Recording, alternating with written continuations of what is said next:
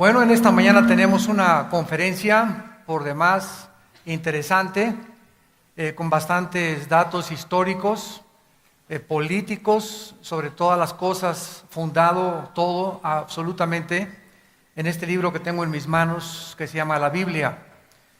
Y pues todos nosotros nos dimos cuenta el día de ayer que en las Naciones Unidas se ha llevado a cabo una votación y se han levantado diferentes dirigentes nacionales, internacionalmente conocidos por todas las personas en el mundo acerca de la situación en el Medio Oriente. Qué increíble que el Medio Oriente sea precisamente el centro de la discusión, de los problemas y de los debates políticos, y sobre todas las cosas que hace más de 60 años no se ha podido resolver. Bueno, en esta mañana con la conferencia El final de los imperios mundiales, vamos nosotros a darnos cuenta una vez más acerca de las maravillosas promesas de la Biblia. En el capítulo 44 del libro de Isaías, versículos del 6 al 8, tengo mucho eco, muchísimo eco.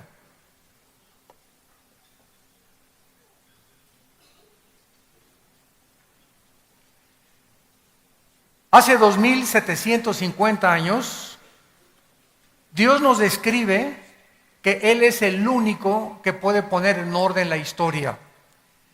¿Y cuál es mi propósito en esta mañana? No solamente con este auditorio que tenemos, como decíamos anteriormente, estamos llevando a cabo la transmisión satelital de esta conferencia a millones de personas, a más de 68 naciones ya en el mundo, para que podamos comprobar que la Biblia ahorita es el único libro de todos los billones de volúmenes de literatura que existe en el mundo, que podamos nosotros estar atentos como a una antorcha que alumbra. No existe ningún otro libro sagrado, ningún otro libro de carácter filosófico ni científico que pueda decirte y confirmarte verdaderamente hacia dónde va la humanidad. Y hace 2750 años, el profeta Isaías escribió: así dice Jehová, Rey de Israel y su Redentor, Jehová de los ejércitos, yo soy el primero y yo soy el postrero. El Dios de la Biblia establece que Él es el principio y que Él es el final. Por lo tanto, solamente Él puede saber de dónde venimos, cómo comenzó todas las cosas, cuál es el origen del universo, el propósito de nuestra vida y hacia dónde se dirige la humanidad. Continúa diciendo: fuera de mí no hay Dios. ¿Y quién proclamará lo venidero? Lo declarará y lo pondrá en orden delante de mí, como hago yo desde que establecí el pueblo antiguo. Anúncienles lo que viene y lo que está por venir. No tengan miedo, no se amedrenten. No se los hice oír desde la antigüedad y se los dije, luego ustedes son mis testigos. No hay Dios sino yo, no hay fuerte, no conozco ninguno. En el capítulo 46 del mismo libro de Isaías, versículo 9 al 11, dice la Biblia: acuérdense de las cosas pasadas desde los tiempos antiguos, porque yo soy Dios y no hay otro Dios, y nada hay semejante a mí, que anuncio lo porvenir desde el principio y desde la antigüedad, lo que aún no era hecho, que digo, mi consejo permanecerá y haré todo lo que quiero, que llamo desde el oriente al ave y de la tierra lejana al varón de mi consejo. Yo hablé y lo haré venir, lo he pensado y también lo haré. Damas y caballeros, ¿cómo podríamos resumir la historia humana? Como una historia de naciones compitiendo una contra la otra por la supremacía política, militar y económica. Dice el Instituto para la Investigación de la Paz en Suecia y Estocolmo que aproximadamente de los 6,000 años de historia que el ser humano tiene, solo han habido 25 años de paz.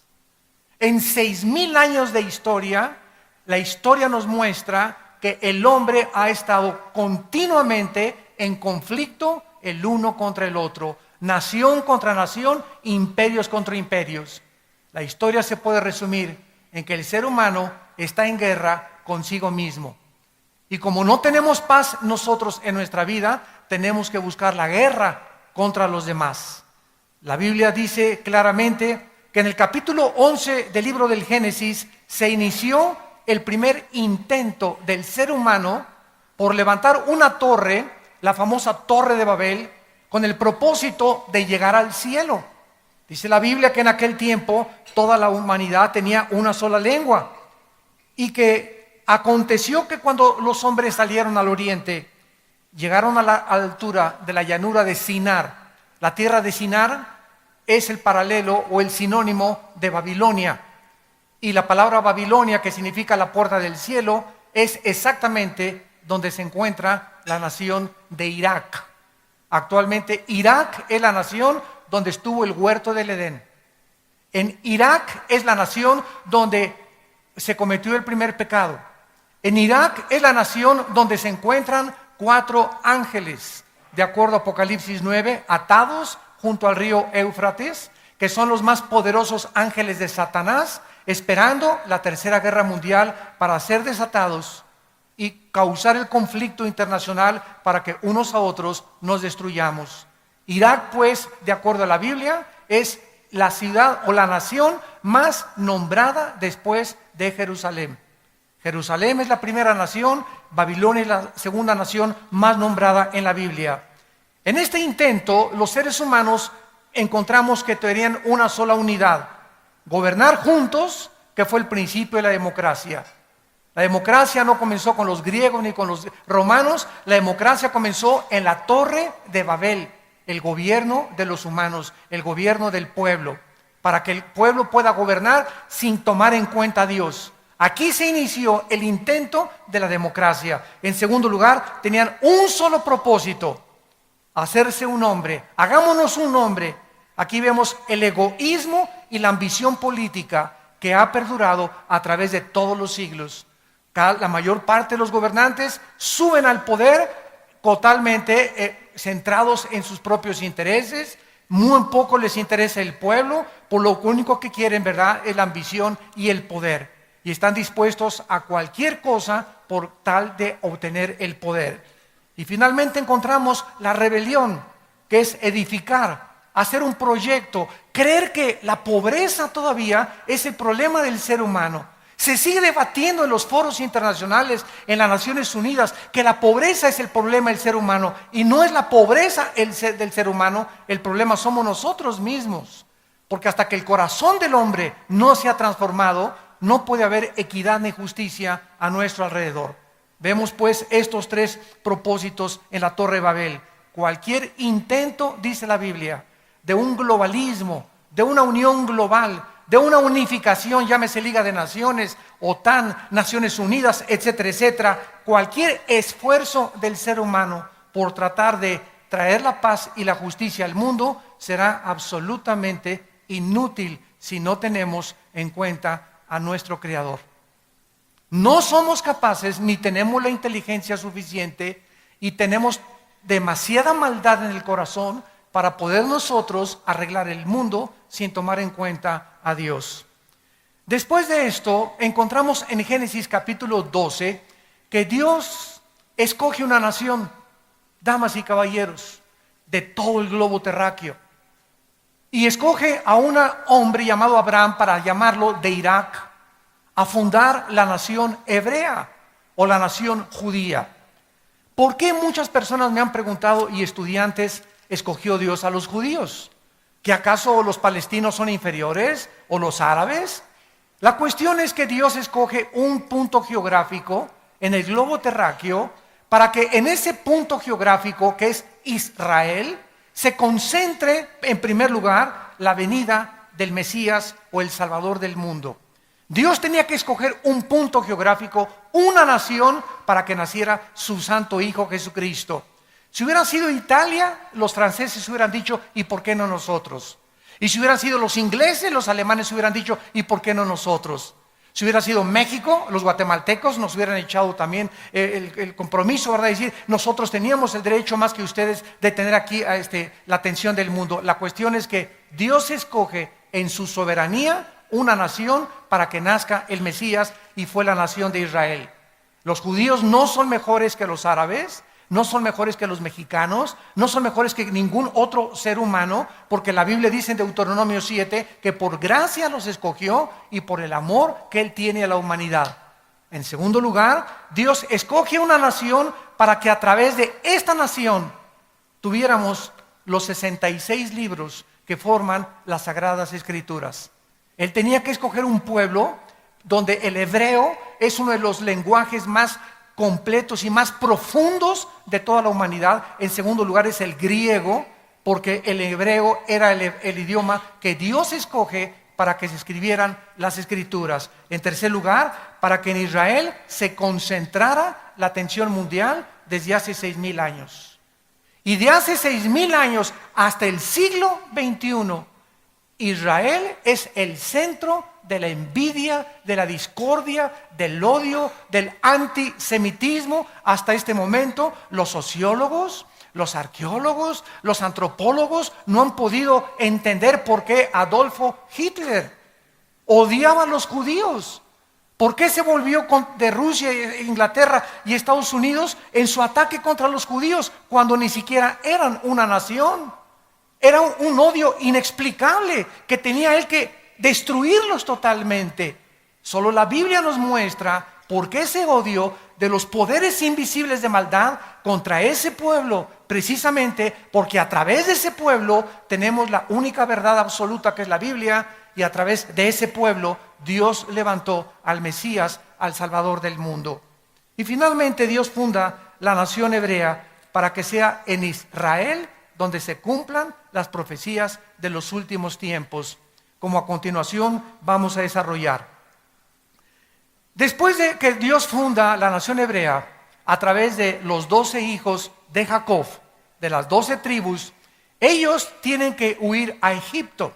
Y encontramos en la historia que antes de los sumerios y de los asirios, la civilización egipcia es una de las más antiguas, sino que es la más antigua de la humanidad. ¿Cómo sabemos esto? Simplemente las pirámides de Giza.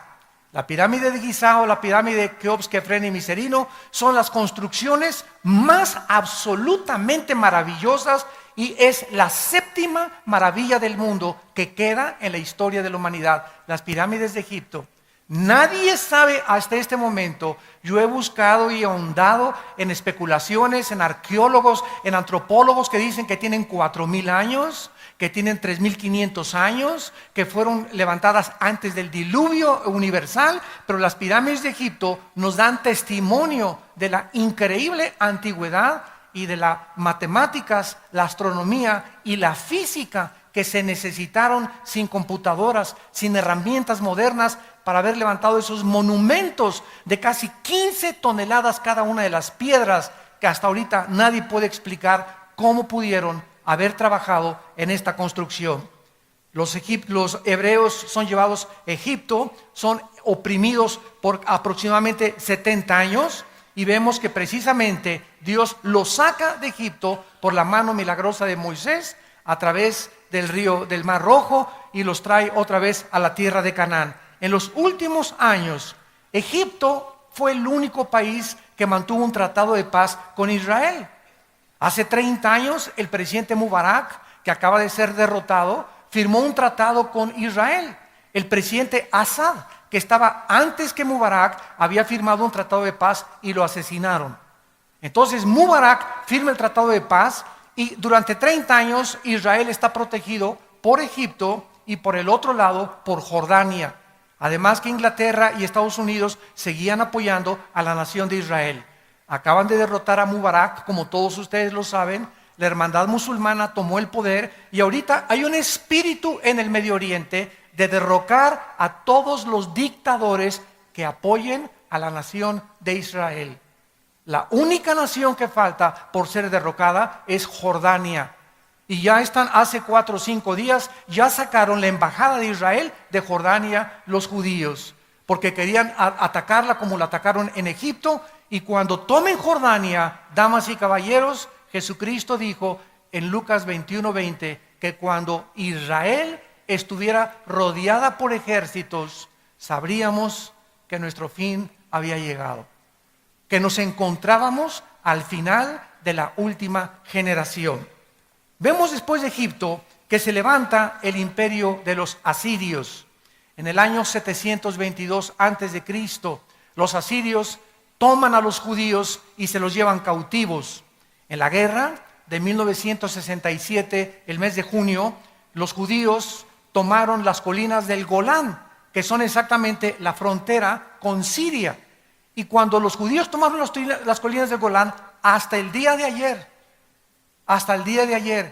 el presidente Mahmoud Abbas del Estado palestino acaba de demandar ante las Naciones Unidas y ante las 194 naciones del mundo que el Estado palestino quiere no solamente tener territorio dentro de Israel, sino que le devuelvan las colinas del Golán, que le devuelvan la franja de Gaza y que devuelvan la franja oriental, lo que era antes Cisjordania, donde estaba Judea y Samaria. Si los judíos, escúchenme por favor con mucha atención, si los judíos devuelven las colinas del Golán como lo está demandando ante las Naciones Unidas, por primera vez en la historia desde 1948 que se fundó la nación de Israel, Israel quedará indefendible militarmente. No podrá defenderse de Siria, porque es la única defensa y la única barrera que tiene para poder ser atacada o invadida por ejércitos extranjeros. Así que en este momento, en el mundo se está debatiendo en los poderes espirituales las semanas, los meses o los años que nos quedan antes de que explote una guerra mundial y se levante un hombre llamado el Anticristo, del cual vamos a hablar más adelante. Después de los asirios se levanta Babilonia. Babilonia es uno de los imperios más interesantes porque el rey Nabucodonosor mandó edificar los famosos jardines colgantes de Babilonia, que se constituyeron en una de las séptimas maravillas del mundo. Babilonia es el primer imperio de la Biblia y de la historia, donde comienza lo que dice Cristo en Lucas 21:24, el tiempo de los gentiles. Vamos a ver, para muchas personas que no están doctas todavía en la historia bíblica, desde que fue fundado Israel hasta el rey Nabucodonosor en Babilonia, hubo imperios grandísimos como los asirios, ya los vimos, los egipcios, los sumerios, que no tuvieron problemas relevantes con Israel. Sin embargo, el rey Nabucodonosor, 100 años después de que los asirios en el año 722 atacan a los judíos, Nabucodonosor conquista y sitia Jerusalén y se lleva a los judíos cautivos hacia Babilonia. Dentro de estos cautivos iba un hombre llamado Daniel, con 3 amigos que pertenecían a la clase media alta de los judíos. O sea, eran muchachos educados, eran muchachos bien parecidos, eran muchachos que conocían las escrituras profundamente, pese a su edad de 15, 16, 17 años de edad. Y Daniel propone a los 18 años de edad no contaminarse con el alcohol, con la inmoralidad, con el homosexualismo, con el transexualismo, con todas las cosas que dominaban a Babilonia como uno de los imperios más degenerados que han existido. Daniel llega a los 90 años de edad. Él sirve a 3 emperadores y a 3 gobernantes internacionales, y entonces Daniel recibe la visita de un ángel de Dios. Y este ángel de Dios le revela a Daniel desde hace 2606 años, o sea, 606 años antes de Cristo, Nabucodonosor conquistó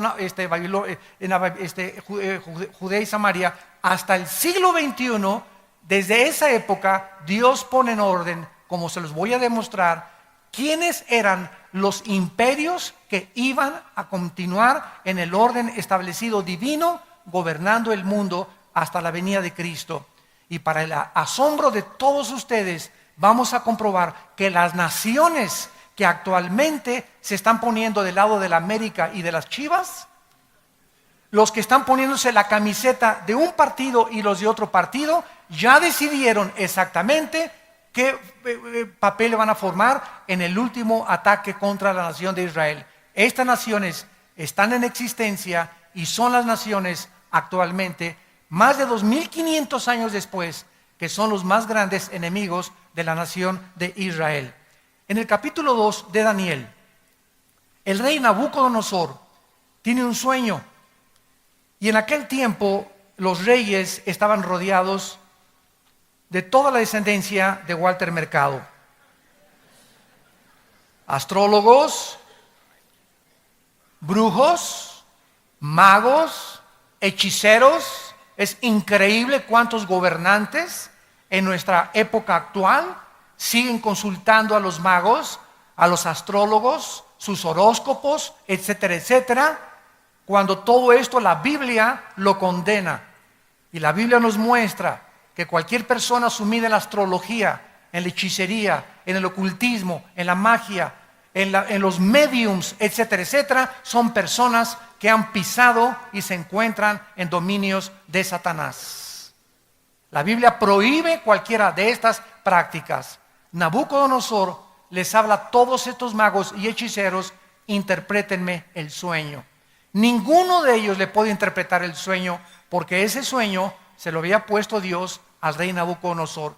Entonces Daniel, que era en aquel tiempo el jefe de los consejeros del rey Nabucodonosor, le pide al rey y le dice: dame por favor, oh rey, un tiempo para orar y pedirle al Dios de los cielos, al Dios altísimo, la interpretación de tu sueño. En el capítulo 2 de Daniel, versículo 19, la Biblia dice que entonces el secreto fue revelado a Daniel en visión de noche, por lo cual bendijo Daniel al Dios del cielo, y Daniel habló y dijo: sea bendito el nombre de Dios de siglos en siglos, porque suyos son el poder y la sabiduría. Él muda los tiempos y las edades, quita reyes y pone reyes, da la sabiduría a los sabios y la ciencia a los entendidos. Él revela lo profundo y lo escondido, conoce lo que está en tinieblas y con él mora la luz. Y más adelante le dice en el versículo 36, rey Nabucodonosor, este es el sueño.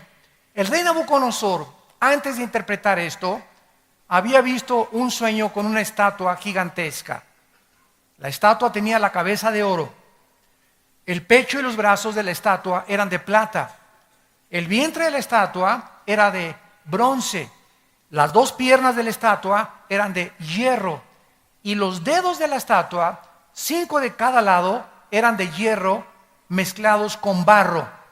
Entonces Daniel le dice al rey Nabucodonosor: tú eres, oh rey, la cabeza de oro, el imperio babilónico. Después de ti vendrá otro imperio inferior, que está compuesto por la plata, que en la historia es los medos persas, la alianza que hubo entre los medos y los persas. Y después le dice Daniel al rey: vendrá otro imperio que está representado por el bronce, que serían los griegos. Y después de ese imperio, le dice Daniel, vendrá un cuarto imperio que representan las dos piernas, que sería el imperio romano, el último de los imperios antes de que regrese a Cristo, como lo vamos a ver. Estas dos piernas de hierro representan la división del imperio romano entre Alejandría y Constantinopla. Roma se dividió en el año 350 después de Cristo, pero Roma es el único imperio de la historia que se ha perpetuado. No políticamente, Roma continúa en una forma de religión. Es el único de los imperios del pasado que se perpetuó en una forma religiosa.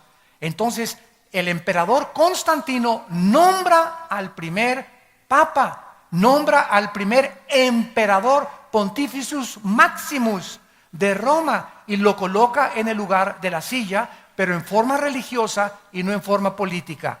Muy bien, veamos nosotros en los 4 metales, oro, plata, bronce y hierro, el deterioro de los imperios a través de los siglos. Esto simboliza claramente que el deterioro de los imperios iba a ser cada vez peor y peor hasta que Cristo regresara. En segundo lugar, de acuerdo a esta visión, dice el capítulo 2, versículo 43 en adelante: así como viste el hierro mezclado con barro, se mezclarán por medio de alianzas humanas, pero no se unirán. Versículo 44, y en los días de estos reyes, el Dios del cielo levantará un reino que no será jamás destruido, ni será el reino dejado a otro pueblo. Desmenuzará y consumirá a todos estos reinos, pero él permanecerá para siempre. De la manera que viste que del monte fue cortada una piedra, no con mano, el gran Dios ha mostrado al rey lo que ha de acontecer en los últimos tiempos, en el futuro o en el porvenir. Damas y caballeros, cuando esta estatua estaba erigida y Daniel le interpreta el sueño, una piedra vio Daniel que caía contra los pies de la estatua. O sea que de Roma surgen los 10 dedos mezclados de hierro y de barro. Los 10 dedos representan la última forma de gobierno mundial del anticristo. No va a haber más imperios, no va a haber ninguna nación que se levante hasta que oigamos que en Europa se van a juntar 5 naciones con 5 naciones del Medio Oriente. El hierro representa el Imperio Romano, el barro representa el Medio Oriente. Cuando oigamos que se juntan 5 naciones del Medio Oriente con 5 naciones de Europa para formar una confederación política y económica, entonces de ahí surgirá el futuro gobernante diabólico mundial que la Biblia llama el anticristo. No antes, no podemos especular hasta que no se haga este tratado. Lo más interesante es que en este momento hay una recesión económica mundial. En este momento el mundo está atravesando una recesión económica internacional.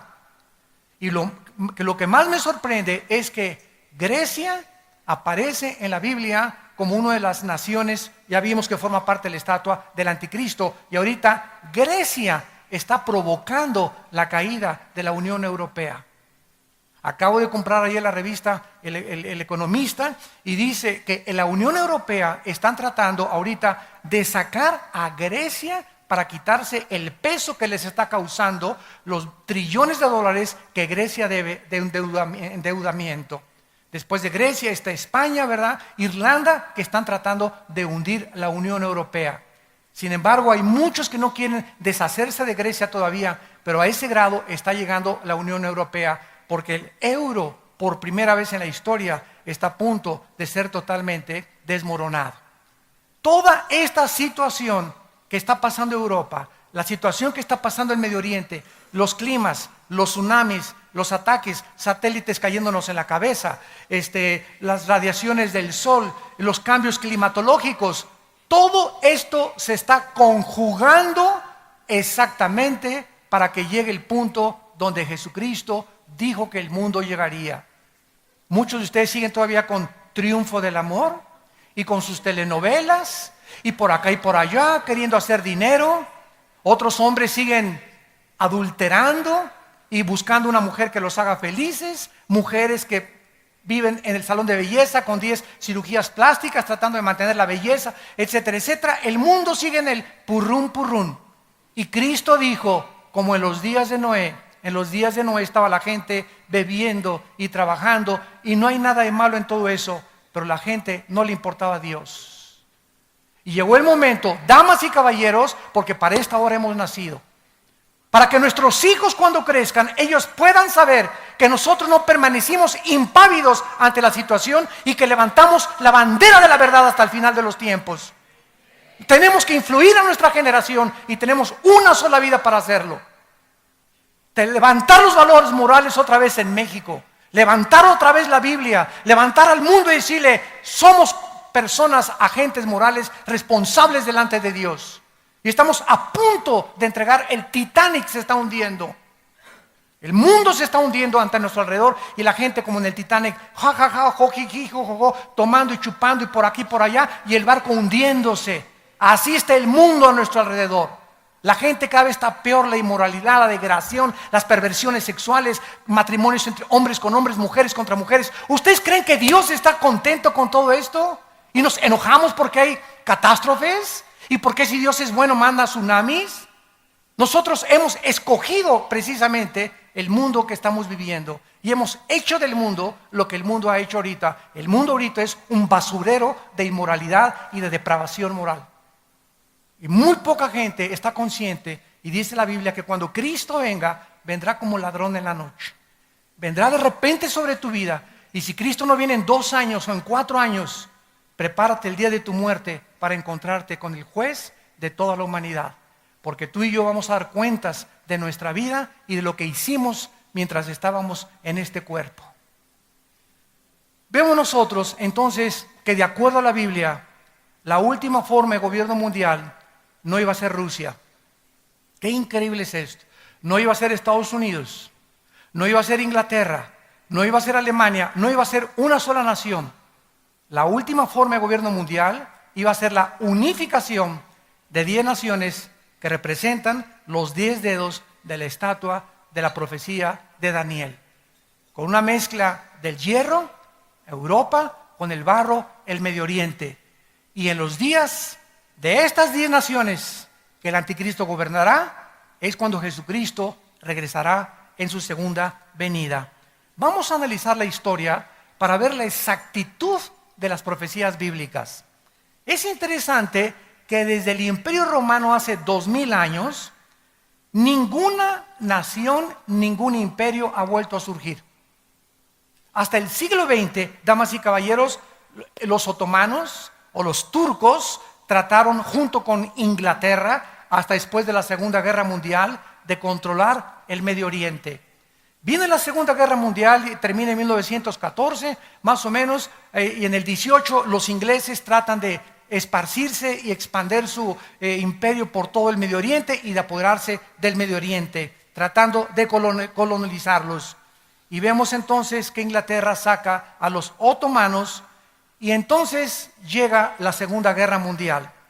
Y después de la Segunda Guerra Mundial, cuando Hitler mata a 6 millones de judíos, se juntan la Liga de las Naciones, que ahora es las Naciones Unidas, para votar que los judíos regresen a Israel después de más de 2000 años que los judíos no habían tenido territorio propio.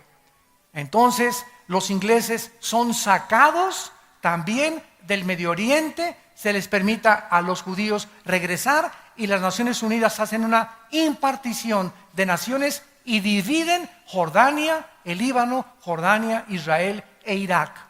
Le asignan a Israel ciertas zonas geográficas, a Jordania ciertas zonas geográficas, a Siria ciertas zonas geográficas. Ellos hacen toda la repartición de lo que es el Medio Oriente.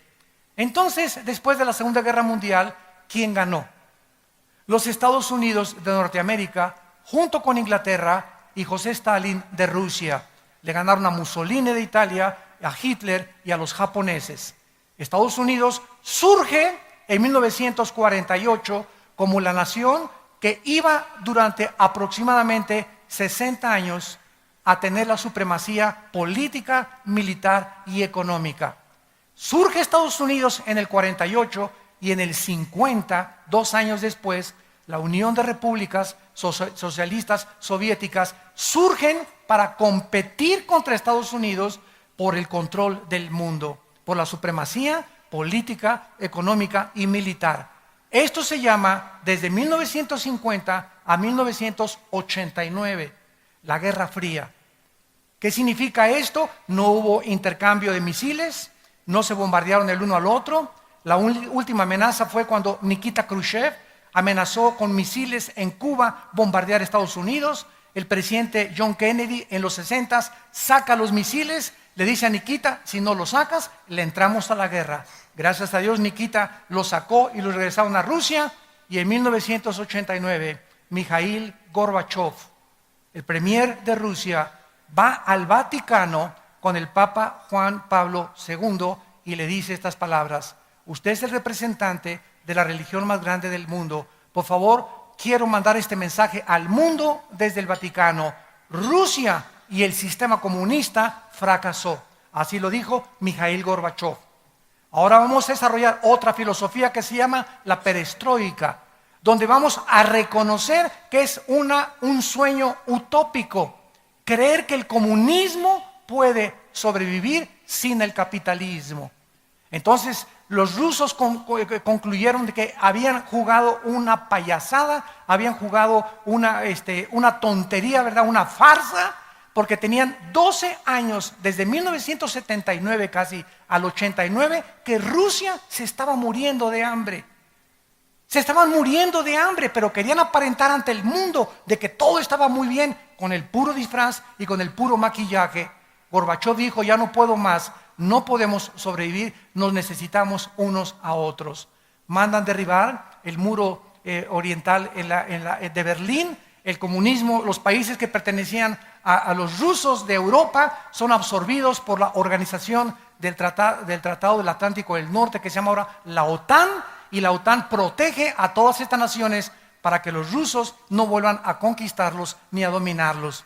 Y así llegamos nosotros claramente hasta el año 2009, hace 2 años para atrás. ¿Qué pasó hace 2 o 3 años? El país que Dios levantó, que ganó la Segunda Guerra Mundial, que tenía la supremacía política, militar y económica del mundo, tampoco iba a gobernar el mundo, ni tampoco los rusos. Hace 3 años viene una recesión económica en Estados Unidos, después de prestarles trillones de dólares a Japón, Italia, Alemania, a todos los países que perdieron la Segunda Guerra Mundial para que se levantaran con dinero americano, y Estados Unidos se declara en bancarrota. El gobierno federal americano debe 13 trillones de dólares. Ustedes no tienen idea de qué cantidad es 13 trillones de dólares. Para que tengan una idea, escuchen esto.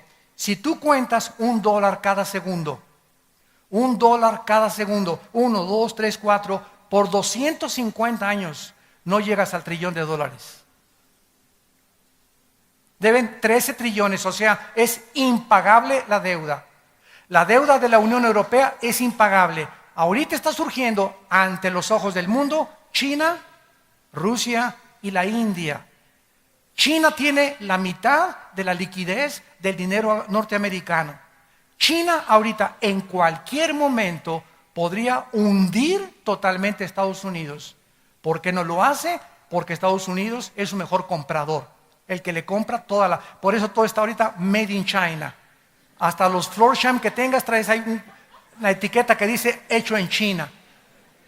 Entonces, todo esto que son puros intereses en el mundo nos muestran exactamente a dónde el mundo está llegando. Pero lo interesante de todo esto es que si la Biblia había profetizado que 10 naciones finales iban a gobernar el mundo, y ante nuestros ojos cayó Babilonia, los medos persas, los griegos, los romanos, los ingleses lo intentaron, los otomanos lo intentaron, Adolfo Hitler lo intentó también y fracasó, no duró más que 6 años su famoso Tercer Reich, y después Estados Unidos, aunque no colonizó nada ni mucho menos, no duró tampoco más que 50, 60 años.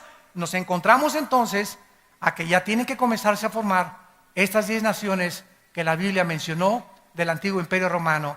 Y lo más interesante es que en 1957 se firma el Tratado de Roma, donde Jean Ekelor, Barteló y otros Delors y otros franceses consideran que Europa tiene que volver otra vez a reunificarse y formar la famosa Unión Europea.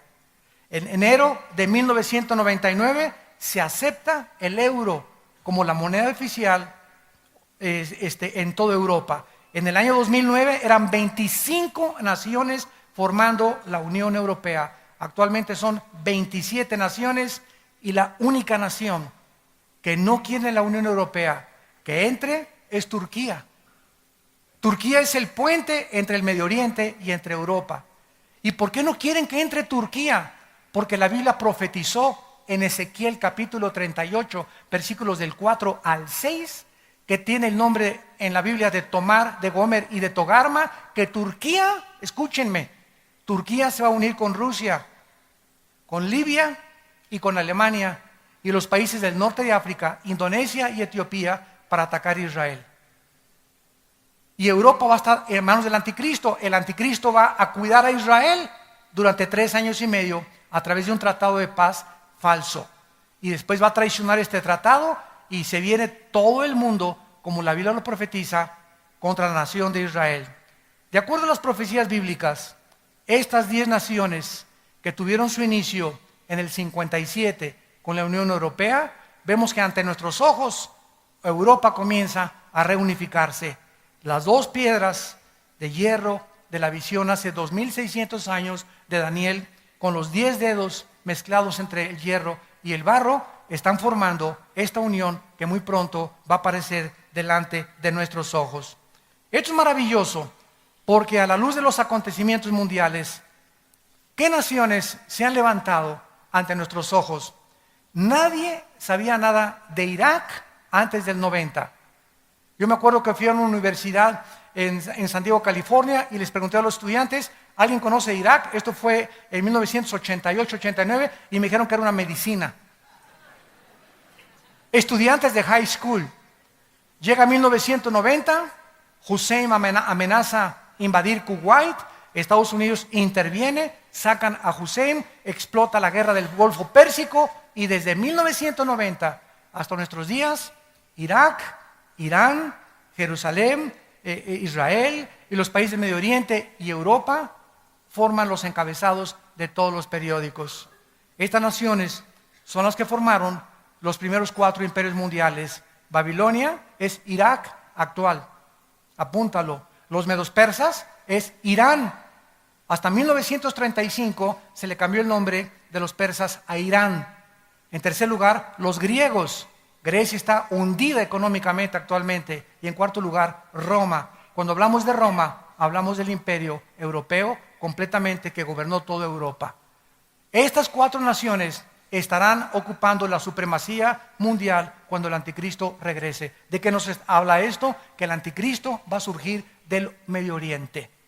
No va a surgir de Italia, no es el príncipe Carlos, no es el príncipe Felipe, no es el Papa, no fue Gorbachev, que el 666 lo tiene Pancho Pistolas, aunque le tenga Pancho Pistolas el 666, el anticristo va a surgir de la región de lo que era la Mesopotamia, entre Siria e Irak.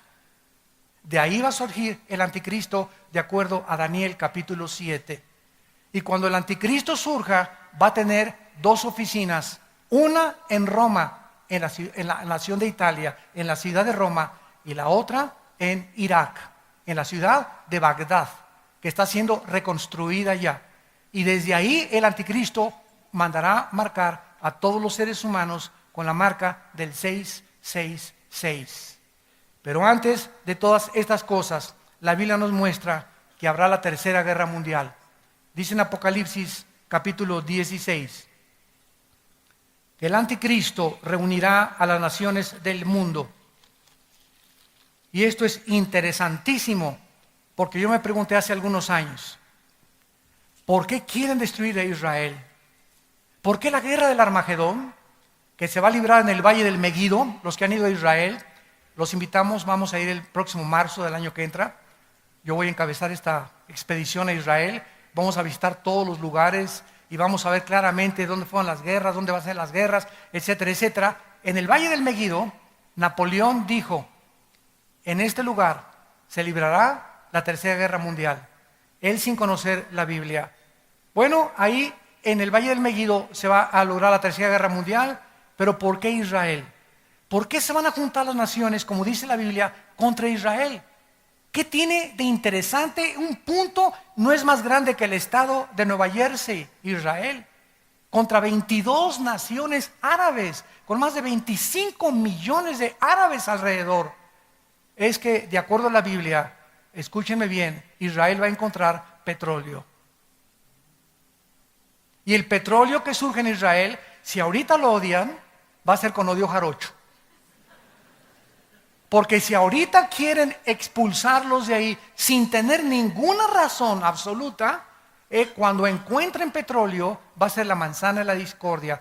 Donde lo dice Ezequiel 38, dice vendrán a arrebatar despojos, que es la palabra hebrea para aceite quemado o para petróleo.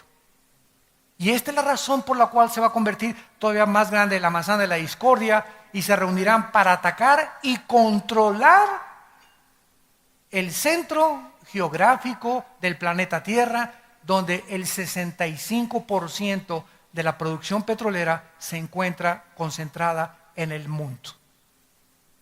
Entonces, todo mundo ahorita quiere, ¿qué cosa? Gobernar el Medio Oriente. ¿Por qué? Porque ahí se encuentra el precioso oro negro, como le llaman en Europa. El oro negro, el que controle el petróleo, pone de rodillas al mundo. Estados Unidos consume el 50% de la producción petrolera mundial, seguida por China, Rusia y Alemania. Imagínense ustedes un boicot de petróleo contra Estados Unidos. ¿Quién está impidiendo que los árabes ahorita no boicoteen Estados Unidos? Europa está entrando como mediador con los árabes, porque Europa le compra petróleo a los árabes y los árabes necesitan, como China, compradores. Son puros intereses de dinero. Todo se mueve a través de los intereses monetarios, desgraciadamente, en el mundo que vivimos. No debe ser así con nosotros. La Biblia dice en la primera carta a los tesalonicenses, para terminar, que cuando Cristo venga, el mundo se va a encontrar en una situación en la que podemos darnos cuenta que ya tenemos los días contados. Y dice el apóstol Pablo en esta primera carta, capítulo 5, acerca de los tiempos y de las ocasiones: no tienen necesidad, hermanos, de que yo les escriba, porque ustedes saben perfectamente que el día del Señor vendrá como ladrón en la noche, que cuando digan paz y seguridad, va a haber, tal vez esta próxima semana, y yo no soy profeta, lo dice la Biblia, tal vez la próxima semana, o tal vez mañana, o tal vez el mes que entra, pero en estos meses va a explotar una guerra en el Medio Oriente, o tal vez en un año. ¿Por qué? Porque es insoportable que ahorita los judíos puedan aceptar las condiciones de un Estado palestino. Es absolutamente impensable, porque sería entregarse totalmente al suicidio. Netanyahu dijo hace 2 días en las Naciones Unidas: si nos atacan y nos quieren a través de las armas sacarnos de Israel, vamos a usar la operación Sansón. ¿Qué hizo Sansón antes de morir? Señor, dame fuerzas, perdona mis pecados, pero permíteme morir junto con ellos, con los filisteos. Y Sansón se agarró de 2 columnas en el libro de los Jueces, empujó las columnas y murió junto con todos los filisteos. ¿Qué dijo Netanyahu? Estamos dispuestos a suicidarnos, a morir con nuestros enemigos, y les contestamos con armas atómicas, porque Israel tiene armas atómicas. Nada más que la Biblia nos dice claramente que Israel no va a ser destruido, porque cuando Cristo venga, la tercera parte de la humanidad va a sobrevivir la tercera guerra mundial.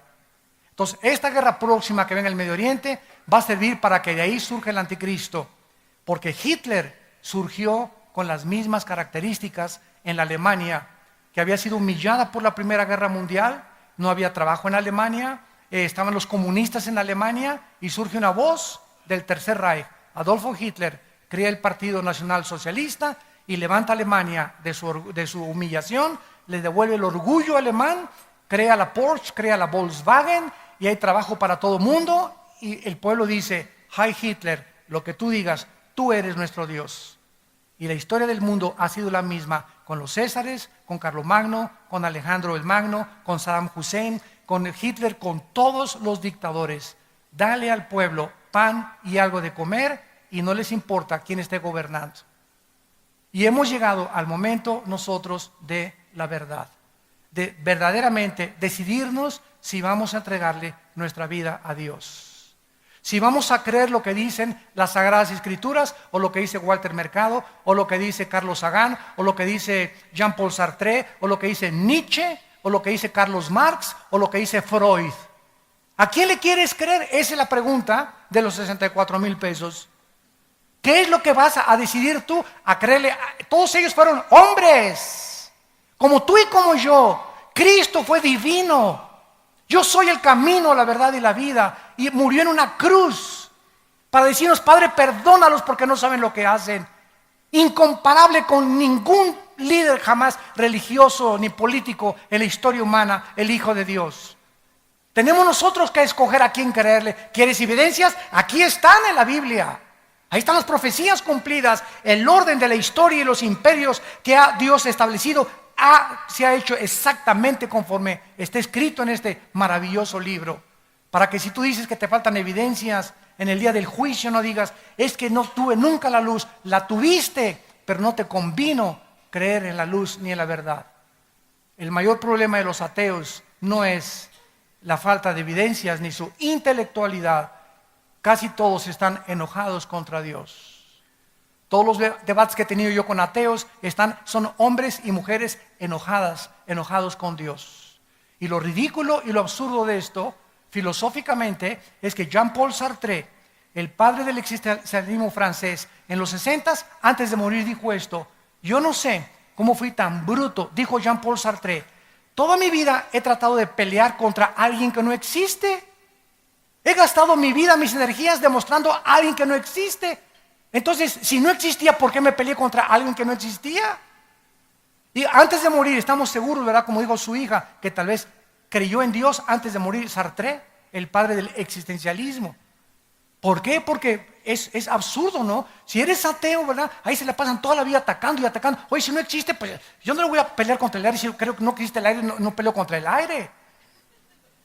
Pero es el absurdo de la irracionalidad del pensamiento del ser humano, que el hombre no es racional, el ser humano es emocional. Las emociones los mueven antes que la razón. La razón nos dice: pienso, luego existo, existo, luego vivo. Vivo tiene que haber una causa, el diseño, el orden, el sol, la luna, la composición estructural de una célula, la sangre, los animales, todo lo que existe me habla de un creador. Veo un cuadro, tiene que haber un pintor. Veo un edificio, tiene que haber un arquitecto. Veo una escultura, tiene que haber un escultor. Detrás de todo tiene que haber alguien. No podemos sumergirnos en la desesperación que estamos transmitiéndoles a nuestra generación y a nuestros propios hijos, donde se sigue ilustrando que somos ateos y que Dios no existe y que venimos del chango. Por eso se portan como changos tus hijos. Damas y caballeros, estas conferencias tienen solo un propósito: volver otra vez a levantar la verdad en México y en el mundo entero, y que el mundo vea la luz. Y ya, si tú no quieres ver la luz, que nosotros podamos decir: hicimos lo que teníamos que hacer con nuestra generación. No nos quedamos callados. Para esta hora hemos nacido, y tú tienes en esta mañana la oportunidad de entregarle tu vida al Hijo de Dios. ¿Lo harás o saldrás por esa puerta como entraste? Vacío, confundido, de filosofía en filosofía, de mujer en mujer, de botella en botella, de droga en droga, siempre buscando y sin encontrar. Jesús te dice esta mañana: yo soy el camino. Ven a mí, y como dice la Biblia, ríos de agua viva saltarán dentro de tu ser. Les pido por unos instantes que inclinen su cabeza. Así, con tu rostro inclinado. La Biblia dice que Jesucristo dijo que era la resurrección y la vida, y que nadie iba al Padre si no era a través de Él. Que Él es el pan que descendió del cielo y dio su vida para alimentarnos. Él es la luz, y los que le siguen no volverán a vivir en tinieblas. La Biblia dice que Él murió en una cruz para pagar por tus pecados y por mis pecados, para que tú no sufrieras la condenación eterna. Él herido fue por nuestros pecados, molido por nuestras rebeliones. El castigo de nuestra paz fue sobre Él, y por sus llagas hemos sido nosotros curados. Él, que no conoció pecado, por nosotros se hizo pecado, para que nosotros fuésemos hechos la justicia de Dios en Él. Mas Dios muestra su amor para con nosotros, en que siendo aún pecadores, en el estado en que tú te encuentras en este momento, Dios dice que Él te ama. Dios te ama y Dios te está llamando para perdonarte, para darte una nueva vida, para con su sangre preciosa lavarte de tus maldades, iluminar tu cerebro para que conozcas la luz y los pocos años de vida que nos quedan, vivirlos en la luz, vivirlos en paz, con la seguridad que cuando muramos le veremos cara a cara, porque Él así lo dijo: voy a preparar lugar para ustedes, para que cuando yo regrese por ustedes, ustedes estén conmigo y ya nunca nadie nos volverá a separar. ¿Qué tengo que hacer?, me preguntarás, para poder invitar a Dios a mi vida. Ahí desde tu lugar quiero decirte que no es coincidencia que hayas venido a este desayuno. Tú tenías una cita con Dios. Dios en su misericordia por tu vida y en su amor por ti y por tu familia te ha traído para que escuches su voz a través de la Biblia y le puedas decir ahí desde tu lugar estas palabras: Señor mío y Dios mío, perdona mis pecados. Creo que en la cruz tu Hijo pagó con su sangre en mi lugar. Creo que a los 3 días lo resucitaste de entre los muertos. Y porque vives, Jesús, porque sé que estás resucitado, te pido que entres a mi vida como mi Señor y mi Salvador. Lávame con tu sangre preciosa, cambia mi manera de pensar, transforma y permíteme, con el poder que me das, de conquistarme primero a mí mismo, a mí misma, para después querer cambiar a los demás. Oramos por México. Oh Dios, trae la paz a nuestra patria. Dale sabiduría a nuestro presidente, a cada gobernante de cada uno de nuestros estados, y permítenos en México levantar la bandera de la verdad. Danos los estadios, Señor, danos los lugares públicos, danos las escuelas para anunciar al mundo la única verdad que existe, que es tu Hijo Jesucristo, en quien oramos y te damos las gracias. Amén. Gracias a Dios por esta palabra. En esta mañana, todos ustedes que por primera vez hicieron esta decisión, invitando a Jesús a sus vidas, nos gustaría conocerlos y nos gustaría saludarlos y bendecirlos. Si tú hiciste esta oración ahí desde tu lugar en esta mañana, te pido que te pongas de pie. Párense todos los que hicieron esta oración invitando a Jesús. Miren cuánta gente, gracias a Dios. Ponte de pie en tu lugar, gracias a Dios. Gracias, que Dios los bendiga, gracias. Gracias, gracias, que Dios los bendiga, gracias, que Dios te bendiga. Gracias, Señor. Gracias por esto, gracias, que Dios los bendiga. Gracias.